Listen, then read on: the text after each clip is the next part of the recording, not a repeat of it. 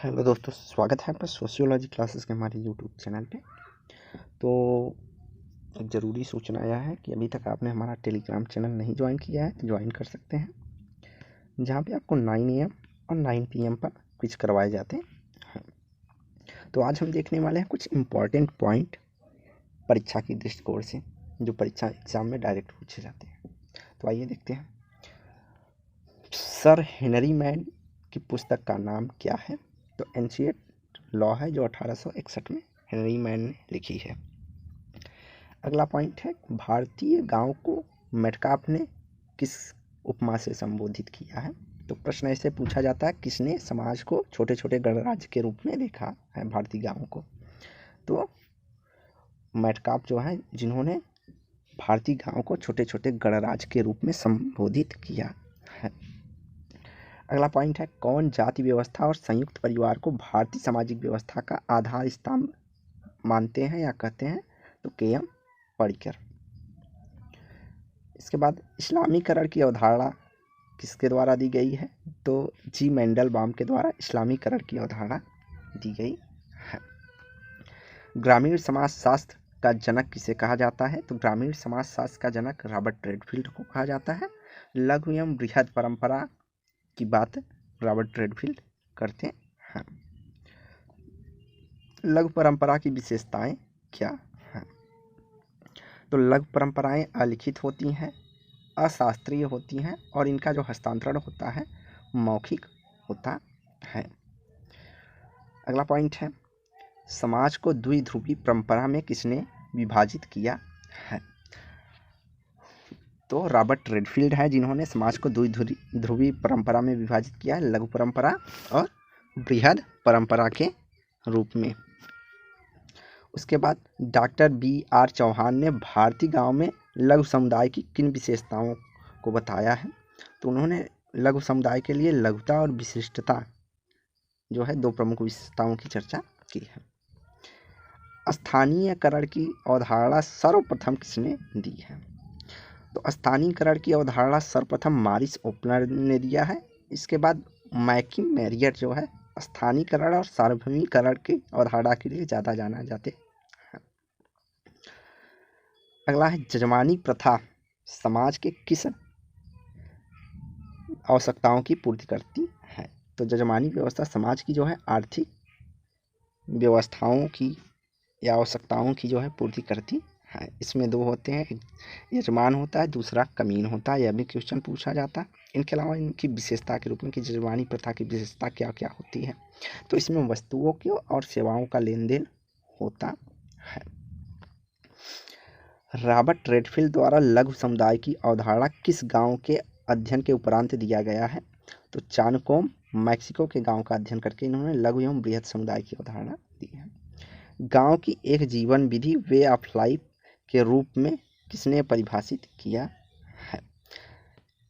तो गांव को एक जीवन विधि के रूप में डॉक्टर DN मजूमदार ने प्रभावित किया। वहीं नगर को लुइस वर्थ ने।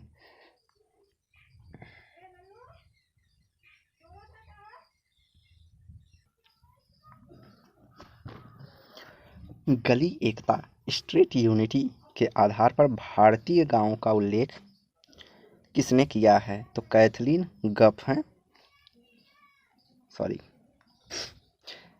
तो गली एकता की बात कैथलीन गफ करते हैं। और छोर एक गांव की अवधारणा किसने दी है? तो DN मजूमदार जी हैं, जो छोर एक गांव की बात करते हैं। इनके अलावा कैथलीन गैफ ने किस गांव का अध्ययन किया है? तो कुंबापेट्टई तंजौर जिला का अध्ययन जो है कैथलीन गफ करते हैं। हाल फिलहाल के एग्जाम में जो है इनका जो यह क्वेश्चन जो है पूछा भी गया था कि कहाँ का अध्ययन कैथलीन गफ ने किया है।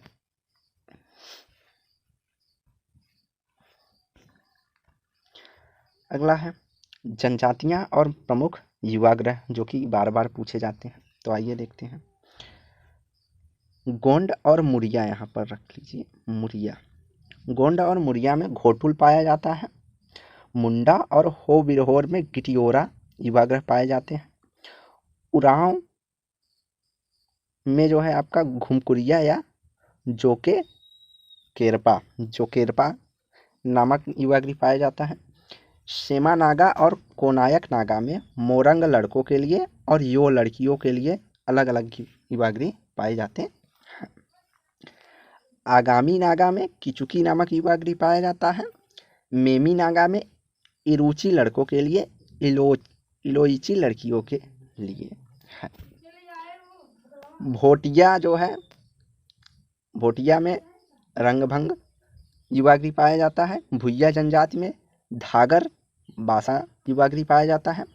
ट्रोवियांडा बुकू माटूसा, ट्रोवियांडा बुकू माटूसा, ट्रोवियांडा जनजाति में जो है बुकुटू माटूसा नामक युवा गृह पाया जाता है। लोहाटा नागा में चंपो, गारो में नोक पाते, जुआंग में दरबार युवा गृह, खासी में चांग युवा गृह और मिकिर जनजाति में रिसो मार युवा गृह, बोडो में सोनाली डिगो, ओ में आरिच, तांगसा में लुपको लड़कों के लिए और लिक प्यास लूप मतलब लड़कियों के लिए पाया जाता है। तो इसमें से प्रमुख क्या हो जाते हैं जो ऊपर के हैं, जैसे गोंड, मुंडा हो बिरोहोर, उराव, शेमी नागा, कोयाक नागा, आगामी नागा और भोटिया, भुइया, ये सब जो है महत्वपूर्ण है जो कि पूछे जाते हैं।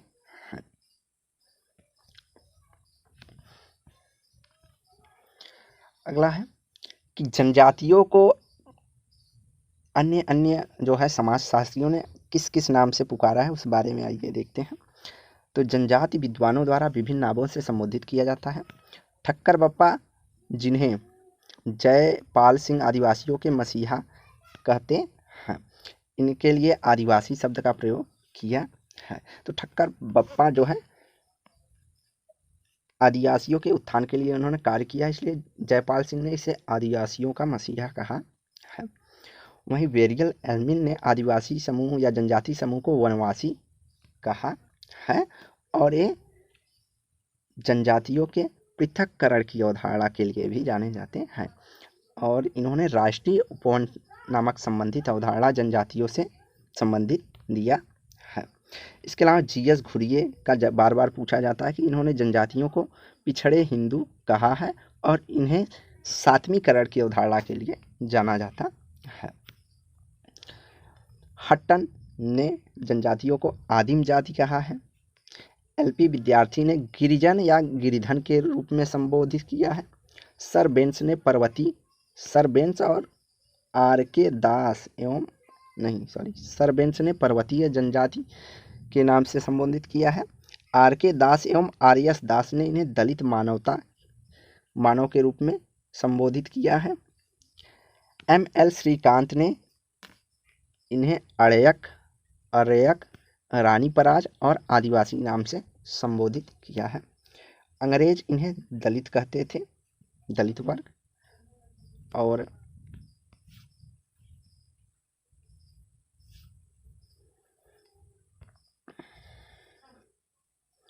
भारतीय संविधान में इन्हें अनुसूचित जाति के नाम से संबोधित किया गया है जनजातियों के लिए।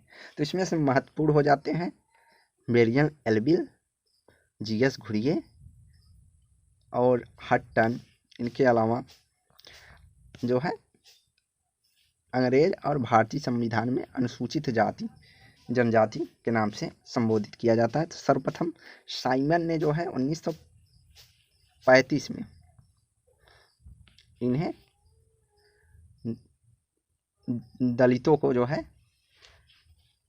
इसी से मतलब अनुसूचित जाति के संबंध में उन्होंने अनुसूचित जाति शब्द का प्रयोग किया है। अन्य महत्वपूर्ण फैक्ट है यहाँ पे जो है समाज को किसने किस टाइप से अर्थात समाज को किस प्रकार से विभाजित किया है। तो समाज के विभाजन को भी पूछा जाता है, तो आइए देखते हैं। वैसे तो समाज मुख्यतः सरल और जटिल दो रूप में वर्गीकृत किया है, लेकिन विभिन्न विद्वानों ने अपने हिसाब से जो है वर्गीकरण किया है इसका।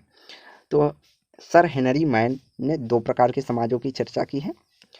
परिस्थिति समाज, स्टेटस सोसाइटी, जो विशेषकर वह समाज होता है जिसमें परिस्थिति का महत्व, प्रदत्त परिस्थिति अर्थात जन्म आधारित स्थिति की महत्व को अधिक देखा जाता है, जैसे ग्रामीण समाज, सरल समाज, भारतीय आधारित, जाति आधारित समाज, ये सब परिस्थिति समाज की विशेषता है।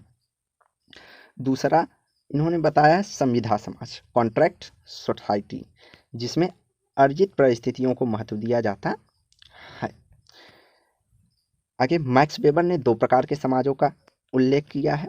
तो मैक्स वेबर परंपरागत समाज की बात करते हैं और तार्किक समाज की बात करते हैं।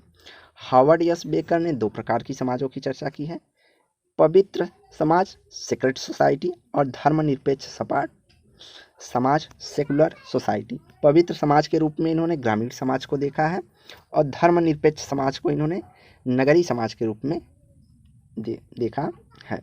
अगला, लेवी स्ट्रास ने परिवर्तन की दृष्टि से दो प्रकार के समाज बताते हैं, एक नरम समाज अर्थात कोल्ड सोसाइटी, दूसरा इन्होंने गर्म समाज अर्थात हॉट सोसाइटी की बात की है। परिवर्तन विरोधी तथा जो इतिहास बनाने में विश्वास नहीं करते, जैसे जनजातीय समाज, ग्रामीण समाज को इन्होंने कोल्ड सोसाइटी या नरम समाज कहा है, जबकि परिवर्तनशील और इतिहास बनाने में विश्वास रखने वाले समाजों को इन्होंने नगरीय समाज कहा है। राइन हार्टन ने दो प्रकार के समाजों का उल्लेख किया है, शीत समाज और उष्ण समाज। ध्यान रहे कि लैंडिस ने सर्वप्रथम द्वितीयक समूह को शीत जगत या कोल्ड वर्ल्ड कहा है। कार्ल रेमंड पॉपर ने भी दो प्रकार के समाजों की चर्चा की है, बंद समाज और खुला समाज। बंद समाज वो होते हैं जैसे भारतीय समाज में जाति व्यवस्था, और आदिम आदिवासी समाज अर्थात सरल समाज। इसमें बंद समाज में व्यक्ति जीवन पर्यंत उसी समूह का जो है सदस्य बना रहता है। खुले समाज में जो है व्यक्ति किसी वर्ग में आ जा सकता है, जैसे अमेरिकी समाज और वर्ग आधारित समाज। अगला है, लेवी ब्रूहल ने समाज को दो भागों में विभाजित किया है, तार्किक समाज और अतार्किक समाज। और तार्किक समाज की बात कौन करते हैं, नॉन लॉजिकल सोसाइटी और लॉजिकल सोसाइटी, लेवी ब्रूहल। वहीं वेबर ने कहा है परंपरागत समाज और तार्किक समाज। रॉबर्ट लेटफील्ड जो है दो प्रकार के समाजों का उल्लेख करते हैं, लोक समाज, फ्लॉक सोसाइटी। लोक समाज लघु या छोटे छोटे दूर छिटके हुए अलग अलग अनपढ़ सामाजिक रूप से समरस सजातीय समाज या समूह होते हैं। यह समाज स्वतः विकसित होते हैं और इनमें वैयक्तिक संबंध एवं व्यवहार स्वतः स्फूर्त होता है। रॉबर्ट रेडफील्ड का मोस्ट इंपॉर्टेंट हो जाता है क्योंकि पूछा जाता है। उसके बाद देखिए, आपको यह नहीं पूछेगा कि लोक समाज की बात किसने दी है, डायरेक्ट डिफिनेशन देकर पूछेगा कि यह लोक समाज के बारे में सही है या गलत है, कथन या कारण के रूप में देता। दूसरा, नगरीय समाज या अर्बन सोसाइटी। तो नगरीय समाज अर्बन सोसाइटी में अवैयक्तिक संबंध, औपचारिक व्यवहार, अत्याधिक विषमता, अत्याधिक जनसंख्या घनत्व, दिखावे का समाज के रूप में इन्होंने उसकी विशेषताओं का वर्णन किया है। तो नगरीय समाज की विशेषताओं को मुख्य रूप से देख लीजिए क्योंकि पूछा जाता है, अवैयक्तिक संबंध, औपचारिक व्यवहार, अत्याधिक विषमता, अत्याधिक जनसंख्या घनत्व और दिखावे का समाज। अगला है हर्बर्ट स्पेंसर, समाजों के आंतरिक एकीकरण, इंटरजनरेशन के आधार पर समाज को दो भागों में विभाजित किया है। तो हर्बर्ट स्पेंसर का भी कई बार यूजीसी नेट के एग्जाम में पूछा गया है। तो इन्होंने शिकारी, सैनिक या युयुत्स समाज अर्थात मिलिटेंट सोसाइटी की चर्चा की है, जिसमें परंपराओं का विशेष महत्व होता है और सहयोग जो है अनिवार्य होता है, कंपलसरी सहयोगात्मक समाज पाया जाता है। दूसरा, इन्होंने औद्योगिक समाज की चर्चा की है, इंडस्ट्रियल सोसाइटी। इंडस्ट्रियल सोसाइटी की विशेषताओं के रूप में बताते हैं कि इसमें जो सदस्यता होती है वह अपने इच्छा अर्थात ऐच्छिक होती है, ऐच्छिक सहयोग पाया जाता है, लिखित कानूनों का अधिक महत्व होता है और औपचारिक संबंधों की विशेषता होती है। इसके अलावा स्पेंसर ने 4 स्वरूपों का भी वर्णन किया है, जिसमें इन्होंने सरल समाज अर्थात सिंपल सोसाइटी, सम्मिश्र समाज अर्थात मिक्स सोसाइटी, दोहरे सम्मिश्र समाज अर्थात डबल मिक्स सोसाइटी और तिहरे सम्मिश्र समाज अर्थात ट्रिपल मिक्स सोसाइटी की भी चर्चा की है। आगे दुर्खीम है। दुर्खीम ने समाज के 4 स्वरूपों की चर्चा की है। इन्होंने सरल समाज, बहुखंडीय सरल समाज, साधारण मिश्रित बहुखंडीय समाज, दोहरे मिश्रित बहुखंडीय समाज की चर्चा की है। सिंपल सोसाइटी, पेली semi mental society, simple compound poly semi mental society, यहाँ अच्छा पॉली है। उसके अलावा दोहरे मिश्रित बहुखंडी समाज, डबल कंपाउंड सोसाइटी की चर्चा जो है दुर्खीम करते हैं। आगे फर्नांडिस टॉनिस, तो यह भी इनका भी टॉनिस का भी बहुत बार स्टेट पीसीएस अन्य एग्जामों में पूछा गया है। तो इन्होंने 2 प्रकार के समाज की चर्चा की है। एक समुदायात्मक समाज जेमिनक्राफ्ट, समीमात्मक या समीमात्मक समाज गैसल समाज।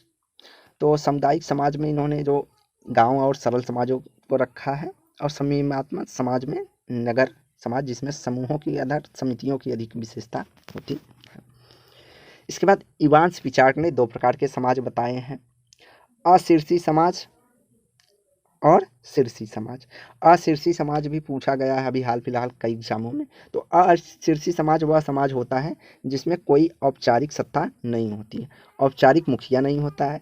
समाज के बुजुर्ग लोग ही सामाजिक परिपाटियों के आधार पर अर्थात सामाजिक परंपराओं के आधार पर व्यवस्था को चलाते हैं। इसे अशीर्षी समाज कहते हैं। अधिकांश जनजातियों में यही व्यवस्था देखने को मिलती है। आगे है शीर्षी समाज या शीर्षी समाज वह समाज है जिसमें औपचारिक मुखिया व सत्ता होती है, उसे शीर्षी समाज कहते हैं। इवांस पिचार्ड जो है अफ्रीका की न्यूर जनजाति का अध्ययन करते हैं, सूडान की एजेंडे जनजाति का अध्ययन करते हैं, और कुछ समय के लिए इन्होंने अनूक जनजाति का भी अध्ययन किया है। तो यह भी इम्पोर्टेंट पॉइंट है, इवांस पिचार्ड से संबंधित पूछा जाता है। तो पिचार्ड ने न्यूर जनजाति में पाए जाने वाले प्रेत विवाह का उल्लेख किया है, और पिचार्ड द्वारा जनजाति समाज में विद्यमान जादू टोना का भी वर्णन किया जाता है। पिचार्ड की 2 प्रमुख पुस्तकें हैं, witchcraft oracles and magic among the Azande the Nuer 1940, kinship and marriage among the Nuer जनजात 1951, और the Azande 1971, man and human among the Azande 1974। तो अजाडे पर इन्होंने 3 पुस्तकें लिखी हैं, अजाडे जनजाति पर, जिसमें एक में इन्होंने जादू आदि की चर्चा की है, एक में उनकी सामाजिक संगठनों की चर्चा की है, और एक में मानव और महिलाओं की क्या विशेषता है, मतलब समाज में क्या स्तर है, किस आधार पर देखा जाता है। आगे डेविड रिजमैन ने 3 प्रकार के समाजों का उल्लेख किया है। स्वनिर्देशित समाज, इनर डायरेक्ट सोसाइटी, यह एक ऐसा समाज होता है जिसमें विशिष्ट सदस्य जो है समाज अनुमोदित जीवन जीने के संबंधित सामाजिक चरित्र के प्रशय देती हैं। सामाजिक चरित्र जीवन के प्रारंभिक वर्षों के लक्ष्यों का आंतरिककरण का परिणाम होता है। तो ऐसे समाजों की विशेषता होती है कि वह सामाजिक परंपराओं के आधार पर ही अपना जो है चलन करते हैं। दूसरा इन्होंने पर निर्देशित समाज, इस समाज के प्रकार में समाज के सदस्य जो है एक दूसरों की आकांक्षाओं तथा अभिरुचियों के प्रति संवेदनशील होने की प्रवृत्ति होती है। ऐसे समाज में व्यक्ति दूसरों द्वारा संचालित होते हैं, जैसे औद्योगिक समाज, नगरीय समाज को हम पर निर्देशित समाज के रूप में रख सकते हैं। तीसरा इन्होंने परंपरा निर्देशित समाज की चर्चा की है। तो ऐसे समाज में सदस्यों का व्यवहार परंपराओं द्वारा संचालित किया जाता है। आगे है सोजोबर्ग ने 2 भागों में विभाजित किया है, पूर्व औद्योगिक समाज और औद्योगिक समाज। प्री इंडस्ट्रियल सोसाइटी और इंडस्ट्रियल सोसाइटी की बात करते हैं सोजोबर्ग। सेंट साइमन ने 3 प्रकार के समाजों का वर्णन किया है, सैनिक समाज, कानून समाज अर्थात लीगल सोसाइटी, और औद्योगिक समाज। इसके बाद अगस्त काम्टे ने भी 3 प्रकार के समाजों का उल्लेख किया है। तो यहाँ अगस्त काम्टे का मोस्ट इम्पॉर्टेंट हो जाता है, अभी हाल फिलहाल में नेट और अन्य एग्जामों में भी यह पूछा गया है। तो इन्होंने आध्यात्मिक या धार्मिक समाज या थियोलॉजिकल सोसाइटी, तात्विक समाज या मेटाफिजिकल सोसाइटी, और प्रत्यक्षवादी समाज अर्थात विस्ट सोसाइटी के नाम से जाना जाता है। इसको त्रिस्तरीय नियम के आधार पर भी जाना जाता है या त्रिस्तरीय बौद्धिक विकास के रूप में भी जो है कहीं कहीं प्रश्न पूछ लिया जाता है कि त्रिस्तरीय बौद्धिक विकास की चर्चा किसने की है, तो अगस्त कांटे है। आगे है परंपरागत समाज, ट्रेडिशनल सोसाइटी। डेनियल लर्नर ने दो प्रकार के समाजों की चर्चा की है, एक परंपरागत समाज ट्रेडिशनल सोसाइटी, दूसरा सहभागिता पर आधारित समाज। एली चिनॉय ने भी दो प्रकार के समाजों की वर्गीकरण की है, सामुदायिक समाज कम्युनल सोसाइटी और समीमात्मक संगठनिक समाज अर्थात एसोसिएशनल सोसाइटी या ऑर्गेनाइज्ड सोसाइटी। तो इनका जो है लगभग एफ टॉनिच से मिलता जुलता इन्होंने वर्गीकरण किया है। एल.टी. हाउस ने तीन प्रकार के समाजों की बात कही है, नातेदारी पर आधारित समाज, प्रभुत्व पर आधारित समाज या नगरीय समाज। इसके बाद चार्ल्स कूले होते हैं। चार्ल्स कूले जो है दो प्रकार के समाजों की चर्चा करते हैं, समजातीय समाज और विषमजातीय समाज। मैकाइवर एवं पेज का इम्पोर्टेंट हो जाता है। मैकाइवर और पेज ने दो प्रकार के समाजों की चर्चा की है, सामुदायिक समाज, सामूहिक समाज। इनका भी टॉनिच से मिलता जुलता ही है। सामुदायिक समाज में इन्होंने संबंधों को महत्व दिया है और सामूहिक समाज में जो है समिति या समूहों का अधिक महत्व होता है। रॉबर्ट लावी ने दो प्रकार के समाजों की चर्चा की है, कम आधुनिक समाज और अधिक आधुनिक समाज। कम आधुनिक समाज के अंतर्गत गांवों को आदिवासी समाजों की चर्चा होती है, सरल समाजों की। अधिक आधुनिक समाज में नगरों औद्योगिक समाजों की चर्चा होती है। कार्ल मैनहीम ने तीन प्रकार के समाजों का वर्णन किया है, एक है व्यवस्थित समाज, सामान्य समाज और ऐतिहासिक समाज। मार्गन ने दो प्रकार के समाजों की चर्चा की है, सोसाइटी समाज और सिविटाज। एरिक फ्राम भी दो प्रकार के समाजों की चर्चा करते हैं, स्वस्थ समाज, रुग्ण समाज। तो यहाँ पूछ लेता है कि रुग्ण समाज की चर्चा किसने की है, तो एरिक फ्राम। कार्ल हाउसर तीन प्रकार के समाज की बात करते हैं, जनसमूह समाज, बाहुलवादी समाज तथा एकतंत्र समाज। रूथ बेनेडिक्ट समाज को दो भागों में विभाजित करते हैं, देवधर्मी समाज, दानवधर्मी समाज। रूथ बेनेडिक्ट देवधर्मी समाज और दानवधर्मी समाज की चर्चा करते हैं। और दूसरा लेवेस्की, और लेवेस्की ने समाज के 5 प्रकारों का उल्लेख किया है। लेवेस्की और लेवेस्की बताते हैं, पहला शिकारी एवं खाद्य संग्राहक समाज, बागवानी समाज, बागवानी समाज पर आधारित समाज, पशुपालक समाज, कृषक समाज या औद्योगिक समाज। तो इन्होंने समाज के उद्विकासी प्रक्रिया की जो है बात की है लेवेस्की एंड लेवेस्की ने। वहीं हैविलैंड ने मुख्यतः दो प्रकार के समाजों की चर्चा की है, सिंपल समाज अर्थात सरल समाज। यह समाज मुख्यतः 4 स्तरों में इन्होंने विभाजित किया है, शिकारी एवं एकत्रीकरण वाला समाज, पशुपालक समाज, पशुचारी, अस्थायी कृषि और अस्थायी कृषि समाज। उसके अलावा जटिल समाज को इन्होंने दो प्रकारों में विभाजित किया है, आधुनिक समाज या उत्तर आधुनिक समाज। इसने हैविलैंड ने। आगे एंथनी गिडिंग्स ने आर्थिक विकास के स्तर पर समाज के 7 भागों में विभाजित किया है। तो आर्थिक विकास के स्तर पर तो सबसे ज़्यादा इन्होंने ही विभाजित किया है। तो इन्होंने पहला कहा है शिकारीय समाज एवं एकत्रीकरणवाद, हंटिंग एंड गैदरिंग सोसाइटी। दूसरा कृषक एग्रियन सोसाइटी, पशुचारक समाज या प्रोस्चुअल सोसाइटी, परंपरागत राज्य एवं सभ्यता समाज, ट्रेडिशनल स्टेट एंड सिविलाइजेशन, और पहली दुनिया का समाज, फर्स्ट वर्ल्ड सोसाइटी। इनके अलावा ये बात करते हैं दूसरी दुनिया का समाज, सेकेंड वर्ल्ड सोसाइटी, और तीसरी दुनिया का समाज, थर्ड वर्ल्ड सोसाइटी। मतलब फर्स्ट में आपके विकसित हो जाएंगे, विकसित समाज जो हैं जैसे अमेरिका, रूस, इनकी चर्चा करते हैं। सेकेंड दूसरी दुनिया में विकासशील देशों की चर्चा की होती है दूसरी दुनिया का समाज के रूप में, जैसे भारत हो गया, इन सब की चर्चा होगी।